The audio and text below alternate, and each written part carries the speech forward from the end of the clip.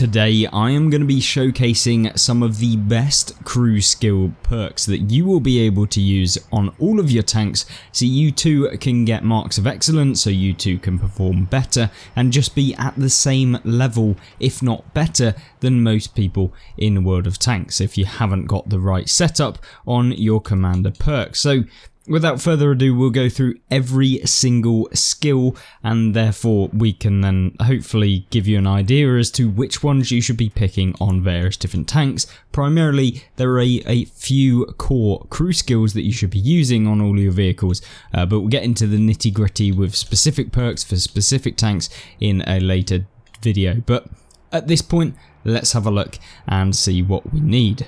Now then, for the sake of this video, we are going to grab a commander and we are going to respec the entire crew, allowing us to actually use or spec up an entire crew for a vehicle. So without further ado, here we go. So the first perk that is available is Quick Learner, and for me personally, this just is not a perk I'd go for. Although it is going to allow you to get perks quicker and actually get more XP from every single battle, it would maybe be worth it if you were going to just grind out crew XP through it over time, and of course you wanted to get to 9 skills as quickly as possible. But for the majority of people, the 10% extra increase is not worth the potential increases to the actual performance of the tank that you'll be missing out of from having this perk. So let's have a look at the other vehicles or other perks for this vehicle. Well, we've got Pawn Leader, which gives you a 10% increase to skill effectiveness and crew performance. This is one of the most crucial crew skills that you can have in the game. And why is that? Well, from 10% increase to skill effectiveness, this means that, for example, if I have a 10% increase to my gun reload speed, it will actually be 11%. So it applies to all of the crew skills that you have in your crew. So for example, if you've got 9 skills and they all have like a 10% bonus, you're going to get 9% better performance on all of those perks, and therefore your tank's going to be better by 9%. And not only that, not only does the perk give you 10% increase to your skill effectiveness, but your crew performance as well. So this includes your reload, it includes your track performance and actually repairing your track speed. It also means your vision range, I believe, as well. So there's tons of loads of different things that this will actually impact, and it is the most kind of overall skill that you can actually get within World of Tanks console. So hopefully that gives you an indication as to how crucial it is, and it'll actually be a perk that we'll spec up later on, because we'll go through every single perk first, then I'll give you the order, because ultimately the order of the perks is super important as well as to which ones I'd prioritize first. So next one, Last Stand. This is a perk that I would never have in my tank. 25% increase to crew performance when under 10% hit points. Now, it might be amazing to have 25% increase to crew performance when you're left on 100 hit points or something. But how often does that happen? It might be 1 in 10 games. So what does that mean? Well, on average, it's increasing your crew performance by 2.5%. And for how long in that game was it actually impacting you? It might have only been 1/10 of the game that you were on 1/10 of your hit points or something like that. So you know what I mean. It then goes down to 2.5% divided by 1/10 again, which means that yeah, you might only be having an effectiveness of like 0.25% on average between like 10 games. So it's not worth it, trust me. Although it gives you a big percentage boost, the actual opportunity to use it is very limited. So it's just one of those that I would throw in the trash bag, regardless of what tank you're playing. Then we move on to Rapid Loading. Now this is one of the big ones as well. Much like Born Leader, it is just a solid perk or skill, whatever you want to call them. But the 10% increase to gun reload speed, it is what the name implies. It's rapid loading. You can reload 10% quicker, which means you can fire 10% quicker, which means you can deal damage 10% quicker, which means that, yeah, you can end up getting more damage from a shorter period of time, and it means that if you come up against someone who also has the rapid loading perk, you're on the same position that they are. And also if you come up against someone who doesn't have the rapid loading perk, you're going to be able to outperform them if it was a one-on-one fight between you and a vehicle that is exactly the same that doesn't have rapid loading. So that's kind of how I take it, and it is a super big upgrade to have in your vehicle. Now the next one, Adrenaline Rush. 15% increase to gun reload speed when under 10% hit points. Now, much like Last Stand, it's one of those that, although the 15% is really nice, the actual amount of times that you're going to be under 10% hit points, and for the period of time that you're going to be under 10% hit points, this is one of the worst perks. So I would avoid this at all costs, much like Last Stand. Then we've got Iron Mace. Now 25% decrease to the effect that distance has on shell penetration ability. So what does that mean? Well, 25% decrease to the effect means that over time, certain shells have a reduced penetration dependent on the distance that they've travelled. You can imagine, when you first throw a shell or where you throw something like a ball at the beginning, it's going to be way faster. It's going to have more impact if you were to throw it straight at someone's face about, 2 feet in front of you. It's going to hurt. If you throw it at someone's face like 50 meters away, it's probably not going to hurt anywhere near as much, and that is exactly what Iron Mace does. It's literally that, and to be honest with you, it's one of those perks where, it might be useful, but for the majority of cases, it's so niche in its use that it just becomes irrelevant for most tanks, and so I would not really ever put it on my tank, especially if you are a person that's going to be swapping a cruise around loads of different vehicles that may have different ammunition types. There's just absolutely no point in having Iron Mace. The next one then, Deadeye. Deadeye gives you 6% increase to chance of damaging enemy crew and modules with AP, APCR and heat shell. So effectively what this means is that if you have AP, if you've got APCR and heat, it means that if you then pen someone or you hit someone, you're going to be able to basically ruin their modules. So ammo racks, you can end up with increased damage to engines, which means that you could get increased fires or increased ammo rack, like actual ammo racks, like their turrets blow off. You could have 6% increase to damaging tracks, etc. like that. And to be honest with you, it's only really worth having if you're kind of memeing around in something like a KV2 and you're firing, or a Dreadnought more like with the heat shells. Obviously HE doesn't work with it, but it's about having a super high alpha damage gun, then maybe this would be worth it, because the 6% is going to mean more and it's going to allow you to maybe ammo rack people a lot more. So it's kind of one of those perks that you might want to put on something that has those shells, and also like the TDs predominantly, or mediums that fire super fast, where you're going to be able to rack up a lot more chance of actually damaging the crew and modules. And now then, Gunsmith, 30% increase to accuracy of a damage gun, absolutely pointless. The amount of times that you're going to have a damage gun is very limited, and remember, most people have reusable consumables, which means that you're only going to potentially have your damage gun for about a minute of the game, if you haven't already, if you've used your repair kit. So once again, very limited to the use, and therefore completely pointless in my opinion. Then we have Rapid Aim, 10% increase to turret and gun rotation speed. It's kind of one of those things that I don't ever feel is a problem for most people. Maybe if you were using something like a heavy tank, this may be potentially useful, but it's only really giving you the turret and gun rotation speed, so it's not particularly that great. So I'd much rather go with other perks that are just going to be helpful in other ways. And then we've got Steady Aim, so 10% increase to accuracy. This is one of the best perks, as with the rapid loading and Born Leader. This is a perk I would always go with on your tank. It is literally just makes your tank 10% more accurate, and it means you remove some of the RNG that's in the game. Then followed by Snapshot, which gives you 12% increase to accuracy during turret rotation, which is obviously super important if you're playing a tank that is or turreted and not non-turreted. Obviously, if you're playing in something like a T123, this perk is just not going to help whatsoever because you don't have a turret, so you're not going to have to deal with anything like that. So steady aim, snapshot, always things you should have on medium tanks, but we'll get into specific perk setups like the general ones that we'll showcase for each class later on in the video. And then we've got run and gun, which is also super useful, really good for light tanks, really good for medium tanks, less so for heavy tanks, but maybe. And then, of course, tank destroyers, probably not going to need them as much because you're typically more stationary with a tank destroyer, but you could still use it just for accuracy, especially if you're using a tank that is super inaccurate or has really bad dispersion values, that being when you're moving, the bloom of the vehicle is really large. Run and gun's really good for that. So that's the sort of applications that you want. Obviously, light tanks, you're always moving and most of the time you're shooting on the move. This perk is absolutely crucial.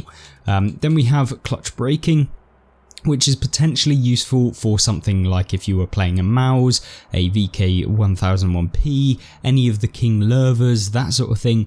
All of the super heavy tanks, type 4s, type 5s, any of those vehicles, clutch braking can be really useful, but for pretty much every other class it's not really necessary, and I would never put this on a light tank because you end up turning way too quickly and it can actually negatively impact your vehicle if you can't handle it, especially if you were to use something like an EBR or something with clutch braking. Yeah, it's going to be disgusting. So one of those that is very niche to the class of tank. Then we have Rollover Recovery, the most pointless skill I think I've ever seen in my entire life. I mean, if you're always constantly rolling your vehicle, then maybe, but it's very limited once again to the uses, so don't bother with that. Then we've got off-road driving, 15% increase to handling on soft terrain, 7.5% to moderate terrain. So this is actually a perk that can be really good for mediums and light tanks, and actually some heavy tanks dependent on the speed. If you're playing in a Maus, there's basically no point in having off-road driving because it's just it's not gonna really impact your tank that much. If you're playing in something that's a little bit faster, maybe you're playing in a Quillin, or maybe you're playing in a Chieftain or something, this can be really good to have on your tank, because it just allows you to maintain that speed throughout and you don't get as bad terrain resistances. That being when you're moving through fields, it's a lot slower than if you were on, for example, hard terrain, which is roads and stuff like that. So it's all stuff to take account of when you are deciding to actually play on these on this game, and of course that's something you have to think about in the tank specifics that you are playing. Then we have trick driving, 30% reduction in full damage. Once again, it's so limited to the actual use that it's never really worth having on your tank, unless of course you're trying to make like a super cool build that's like you just want to YOLO off cliffs and stuff and deal damage to people on the move, and you're just doing it for a laugh, then maybe this would be useful. But in terms of actual like having good games, this is not one to go with.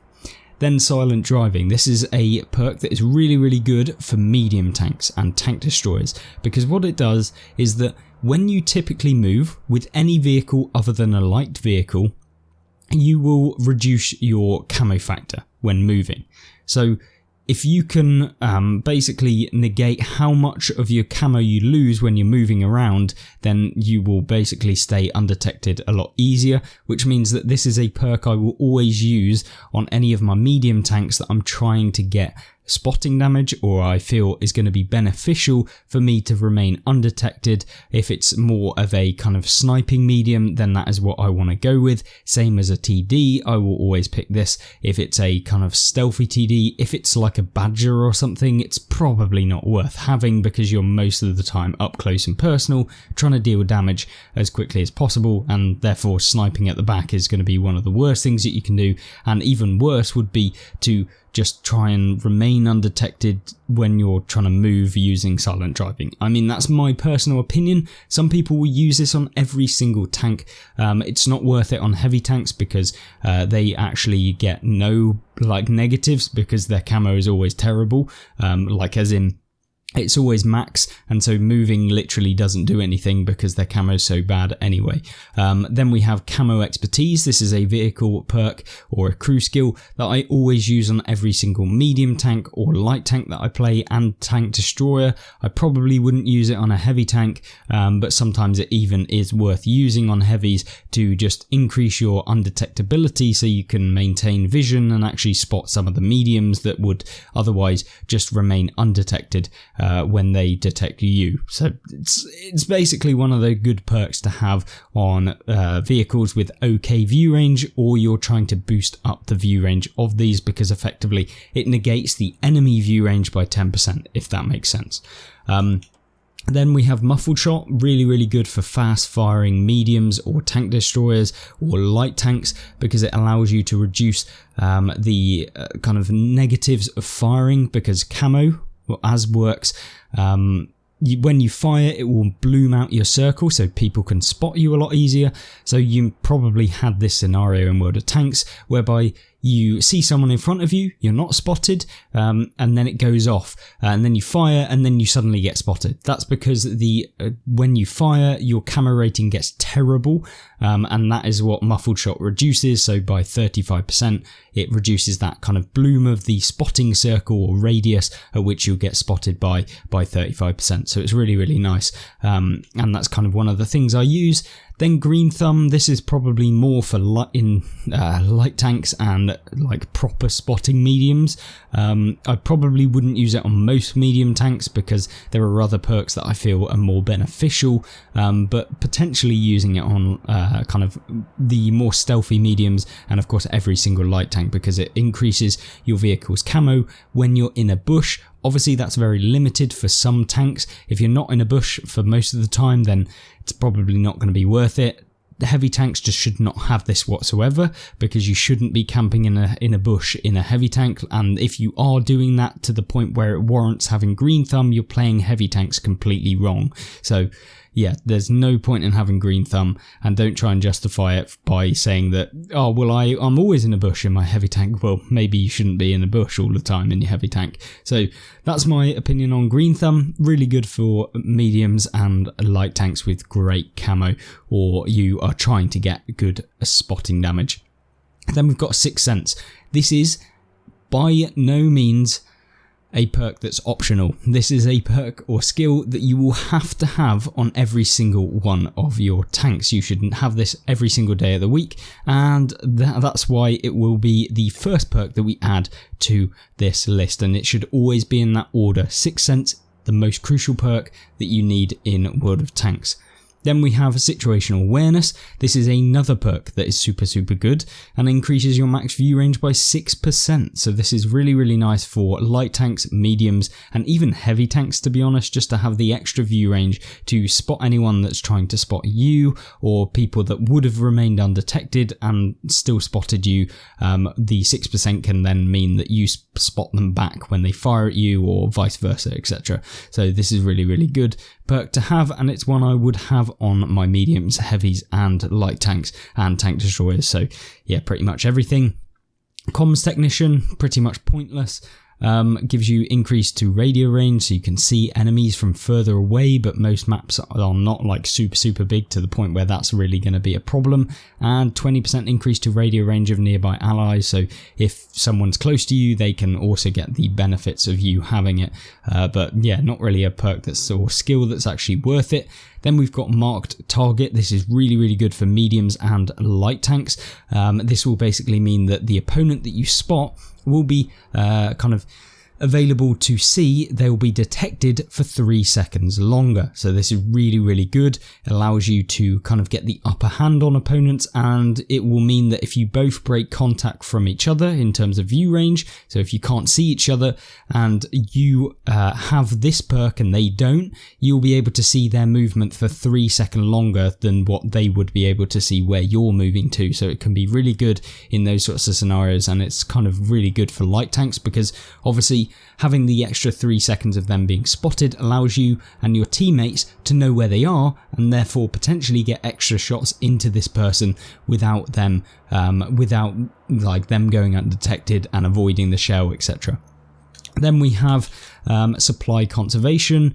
This is really pointless. 15% increase to consumable recharge speed. It's one of the most pointless skills in the game. It's just not worth it for the other perks that you can have. Firefighting, 10% increase to fire extinguishing speed. I just never have this ever, because once again, the amount of times you get set on fire, it's so low, and it's just not worth it in my opinion. And that's coming from a player that literally never has fire extinguishers in their vehicle, and they don't run firefighting. So the chances of me getting set on fire are the maximum that they can be, and it really doesn't affect my gameplay all too much. Then we have fire prevention, so it just decreases the chance of being set on fire by 33%. I mean, if I was going to have one or the other, I'd probably have fire prevention, because it just reduces the chance of you getting it by a third, rather than have the when you do get set on fire, which is still going to mean that you're on fire, and that it just extinguishes itself 10% faster. So have fire prevention first if you did want to get them. Then we've got safe stowage, 25% increase to ammo rack durability, so this avoids you getting ammo racked. To be honest, I will never have this in my crew skills, since we're limited to just 9 skills. That yes, this is a good perk to have on some vehicles, but there are just better perks in general that are more usable in the long run, that I would rather have than this. But it's not necessarily a terrible option if you do decide to go for it in something like an American tank that gets always ammo racked, or a British tank. Then we have armor angling, which gives you 5% decrease to damage received. This is the controversial perk in my opinion, because effectively you can stop other people from having a good game because you're reducing how much damage that they're dealing to you. Therefore, they have no choice in whether or not they deal less damage to you. It's kind of one of those things that I don't think should be in the game. I think it would be better if Wargaming just had a 5% boost to the amount of hit points that you have, rather than a 5% decrease to the damage that other people are doing to you, because it's kind of disgusting really when you think about it. That means that you can negatively impact other people's games that haven't done anything at all, and it's not their fault that you've picked that. So that's kind of my opinion. Then we've got, but yes, as far as using it, it's definitely useful on heavy tanks and tanks that you want to outlast the opponents. Other than that, I don't think it's particularly that useful. Then we've got controlled impact, which is really, really good, and it can be super good for vehicles like the Panzer V4, the E50M, but remember this is very, very niche and shouldn't be used on most vehicles because it's just pointless. On something like a medium or a light tanks, there's no point in having these unless of course you're like an Alf Klarings Panzer Panther. That is a Panther that can go like 70 kilometers an hour, and of course weighs the same as a Panther. So it's all about weight. If you're super, super heavy and you employ a strategy in your games to ram opponents, which is not particularly the most clever strategy to do, but it can be useful, and you shouldn't just be YOLOing in to just ram someone anyway. So it's very niche. The Panzer V4 can get away with using this all of the time and ramming people because it's just blatantly overpowered, but most other vehicles won't really need this, and yet again limited by how often you can actually use it in general, but a very good one for certain tanks. Then we've got pain tolerance. 20% decreased chance of crew injury, once again because we've got reusable consumables. It's only really going to affect you for like a minute at maximum if you just use your crew kit, your med kit, and then you get like one of your crew members knocked out straight away. Like how often does that happen? All of the time. And yeah, I'd rather have other perks instead. Then we've got General Mechanic, which gives you 10% increase to repair speed of all damage modules, which could be potentially useful for going with a really slow, heavily armoured vehicle. Because what you can do is this also includes your track repair speed, but it also includes your ammo rack. Anything that might be damaged, it will repair it 10% quicker. And if you combine it with track mechanic, then yeah, you can get 35% increase to track repair speed, which is really, really nice. But remember that if you're going to go for one of them first, I would always recommend track mechanic first and then general mechanic, but most of the time I don't ever run general mechanic at all, so I will only use track mechanic on my heavy tanks. And then we've got wheel mechanic, which is much like the track mechanic but for wheeled vehicles, obviously, and of course that can be actually really useful for EBRs and stuff because it just gets your wheels back on as quickly as possible, which means you can go up to top speed once again. So that's all of the perks with my kind of like analysis of each one, which one's good, etc. But let's get into setting up our crew for this. So let's do a generic build first. So what are the 3 main perks I will go with first on every single tank that I play?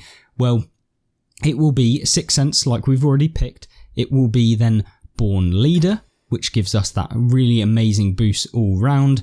Then it will be either Rapid Loading or Steady Aim. Now, depending on what vehicle I'm playing, if I'm playing a medium, I will pick Rapid Loading first. If I'm playing a heavy tank or a tank with terrible accuracy, I will pick Steady Aim first. So for this one, we're just going to go with Rapid Loading. That means that the 4th perk then, I guess, is Steady Aim, because it's just a boost to your accuracy and you want to eliminate as much RNG within the game as you possibly can, because you don't want to be impacted by the game rather than how well you're playing yourself. So that's the first 4 that I would go with, and of course the 3rd and 4th can be, you know, rearranged in whatever order that you want. So after having all 4, it then becomes a little bit more unique as to what tank you're playing. So for example, if you play a medium tank, you may, with a turret, you may want to play with the Snapshot to increase the accuracy even further, but if you haven't got that bad accuracy in the first place, you probably don't need it. I would then go with increased accuracy when moving on my light tanks and mediums, so potentially that's what I would go with. As you can see, we are in fact playing in the AMX 50-120, which we can have a look at here, and let's go with what we choose on this vehicle. So for this one, because of the accuracy of an autoloader, I would pick Snapshot, and then I would probably pick run and gun, because we're going to be on the move sometimes, and sometimes you want to hit people when you're trying to escape with an autoloader so you can get behind cover. Then I will go with situational awareness, because that gives me better view range and I'm going to be able to spot people. And then at this point it becomes a little bit more difficult, because there's loads of different perks that we could pick with this vehicle. And I guess it's down to what we want to play the vehicle like. So for example, the AMX 50-100 is like this medium heavy vehicle. It is technically a medium now, but it used to be a heavy, I believe. But I think in terms of trying to get this to work as much as possible, then I will pick the Camo Expertise to increase my camo, and then the final one is potentially off-road driving, just to maintain my speed, because I want to be able to mobilize myself around the map as quickly as possible. But yeah, it's kind of down to that. Or potentially I want to use muffled shot, and both of these would be good options. Obviously muffled shot is really good for autoloaders because you're constantly firing for a short period of time and you want to remain hidden for all of the shells, so maybe I will go with that if possible, although it is kind of more of a heavy tank, so the options are very kind of generic. And of course it's down to your personal opinion. You know, some of you might have preferred clutch braking, or some of you might preferred using off-road driving. It's down to your personal preference. At the kind of later stages within like maybe the last 3, it's kind of down to how you want to play the vehicle. But those are kind of my generic skills that I will use on most of the tanks that I own. For example, if we look at the Foch 155, you can see instead of going with the run and gun, although it looks like I even have it, I mean it's literally the exact same setup, but if we go into more commanders, for example, if I try and grab up a heavy tank crew that I've got, I think the Soviet ones, I've got one, but maybe they're not actually here, I don't know where.